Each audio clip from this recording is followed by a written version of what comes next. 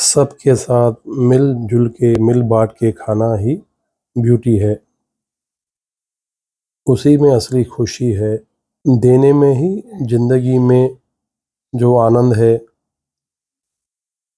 वो अकेले खाने में नहीं है। सबके साथ मिल के रहने में जो खुशी है, वो अकेले खाने में, अकेले जीने में नहीं। ओम नमो भगवते वासुदेवाय। बंधुओं, जो मिल-जुल के खाने में है और जो मिल बाँट के खाने में है और जो देने में आनंद है, उसका मैं आपको लफ्ज़ों में नहीं बयान कर सकता। फिर भी कोशिश करूँगा कि आपको मैं कुछ आपको उसका अनुभव करा सकूँ। बंधुओं, जो खुद खाना पकाते हैं और जो लोग खाना सर्व करते हैं, अब चाहे गुरुद्वारा में, चाहे मंदिरों में, चाहे कहीं भी स्थान में, आप देखे होंगे वो लोग खाना परोस के ही बहुत खुश होते हैं। उनको पेट वैसे ही भर जाता है। सबको सेवा करते-करते उनका पेट भर जाता है।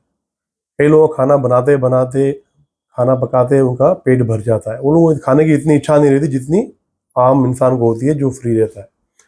तो बंधुओं, ऐसा मतलब ये है कि जो देने में मज़ा है, जो खिलाने में मज़ा है, वो मज़ा खाने में तो है। खाने में आप स्वाद ले सकते हो, लेकिन जब जो खाना बनाता है वो ये ध्यान देता है कि इस खाने वाले को कोई कमी ना हो, उसको कोई खाने में मतलब नमक कम ना हो, मसाला कम ना हो, मिर्ची कम ना हो। वो आपके लिए सोचता है कि जो बंदा सामने खाने वाला है उसको कोई कमी ना हो। तो वो देने की भावना से, खिलाने की भावना से वो काम करता है, सेवा करता है। चाहे तनख्वाह लेता हो या ना हो, चाहे सेवादारी हो, चाहे भाई हायर्ड हो, लेकिन जो भी हो वो यही सोचता है कि सामने वाला अच्छी तरह खाए, खुशी-खुशी खाए। वैसे ही जब कोई संत ज्ञान देता है तो वो ये सोचता है कि सामने वाले को जो मैं ज्ञान दे रहा हूँ, उसको पूरी तरह से उसका वो लाभ ले सके। उसका लाभ लो, उसको फ़ायदा हो, अच्छा हो उसका उसके परिवार का, उसके घर वालों का, सबका फ़ायदा हो। तो बंधुओं, जो देने वाला है, वो आपको वही दे पाएगा जो उसके पास है। संत के पास ज्ञान होगा तो वो ज्ञान देगा। राजा के पास राजपाट होगा तो वो राजपाट में कुछ आपको दे देगा। अगर आप राजा को 2-3 घंटे रोज़ टाइम दोगे, उसकी आप कुछ आप ध्यान दोगे, तो वो आपको जो है अपने राजमहल में नौकरी दे देगा, या आपको ज़मीन जायदाद दे देगा, या कोई हो सकता है कि आपको मिनिस्ट्री भी दे दे। तो जैसे आप समझो कोई व्यापारी की सेवा करते हो, या व्यापारी को 2-3 घंटे टाइम देते हो उसको, अब आपके लाइफ का आपका समझिए दोस्त है या कोई रिश्तेदार है, आप जाके 2-3 घंटे वहाँ बैठते हो, उसको टाइम देते हो, तो आपको जो है व्यापार में कुछ ज्ञान दे देगा, या आपको कुछ व्यापार कोई खुला देगा, या आपको होटल खाना ना खिला देगा, या आपको थोड़ा घुमा फिरा देगा कार में। तो जो जिसके पास होगा वो वही दे सकता है।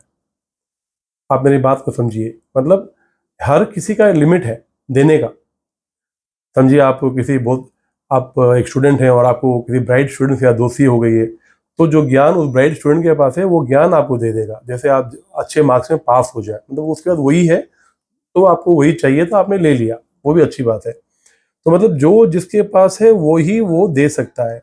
लेकिन जो बंधु हो, जो जब वो देता है ना, और वो खुशी-खुशी देता है, तो वो बहुत खुश होता है। जब वो कोई दोस्त अपने दूसरे को कोई सब्जेक्ट समझाता है और अच्छे मार्क्स से पास होता है, तो बहुत खुश होता है और बोलता है, देखो ये कितने अच्छे मार्क्स से पास हुआ।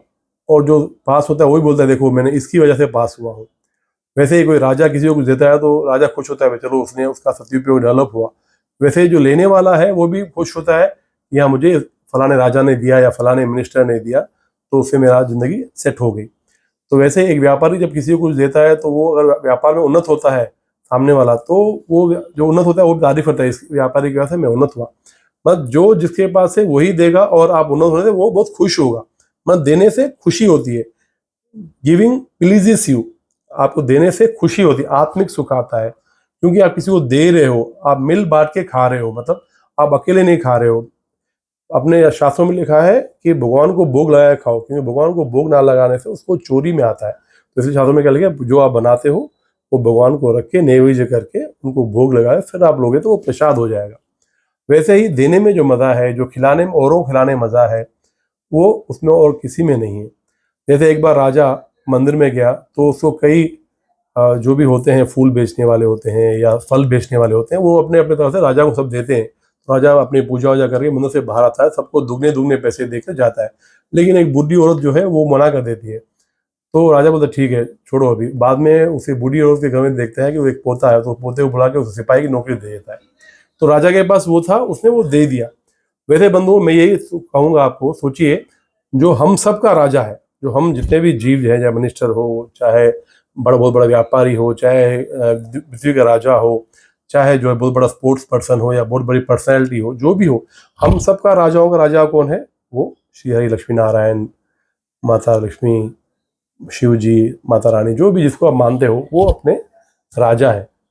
तो उन राजाओं को आप रोज 2-3 घंटे टाइम स्पेंड करोगे उनके साथ, आपके घर के मंदिर में या बाहर मंदिर में जाके उनके साथ आप माला जपोगे या उनका नाम लोगे या उनके बारे में चर्चा करोगे या उनके बारे में 4 लोगों से सुनोगे या उनको सुनाओगे। तो आप जब राजाओं को टाइम दोगे 2-3 घंटे 4 घंटे दिन के, तो सोचिए वो ये जो छोटे मोटे लोग हैं या जो भी जो एक बड़ी पदवी पे लोग हैं वो आपको जो है वो दे रहे हैं। तो जो सोचिए राजाओं जो है वो आपको क्या नहीं दे सकते, जिसने पूरी सृष्टि का रचना की, जिसने पूरी ब्रह्मांड की रचना की है, वो क्या नहीं दे सकते, क्या कुछ नहीं दे सकते। तो बंधुओं मैं ये कह रहा हूँ कि जो आपका अमूल्य समय है, जो अपने पास भगवान ने अपने को ये मनुष्य जन्म दिया है, ये अमूल्य समय दिया है, अमूल्य रत्न है ये। तो इस अमूल्य रत्न को बहुत यूटिलाइज करिए, इसको मैक्सिमम टाइम जो है अच्छे कामों में लगाइए, लोगों को दान पुण्य में लगाइए, सेवा में लगाइए, वैष्णव सेवा में लगाइए, सोशल सर्विस में लगाइए, भगवान के कामों में लगाइए, मंदिरों के कामों में लगाइए, कोई भी अच्छे काम में लगाइए। इसका मैक्सिमम इसका यूटिलाइज करिए, क्योंकि ये मनुष्य जन्म बहुत मुश्किल से मिलता है। तो मैं यही प्रार्थना करूँ सबको कि आप इस मनुष्य जन्म का सदुपयोग करिए, भगवान का नाम लीजिए, भगवान को धन्यवाद करिए, जो भी आपको जो है आपके दोस्त यार है सबको धन्यवाद करिए, अपनी फैमिली को ध्यान दीजिए और जीवन में खुश रहिए। ओम नमो भगवते वासुदेवाय।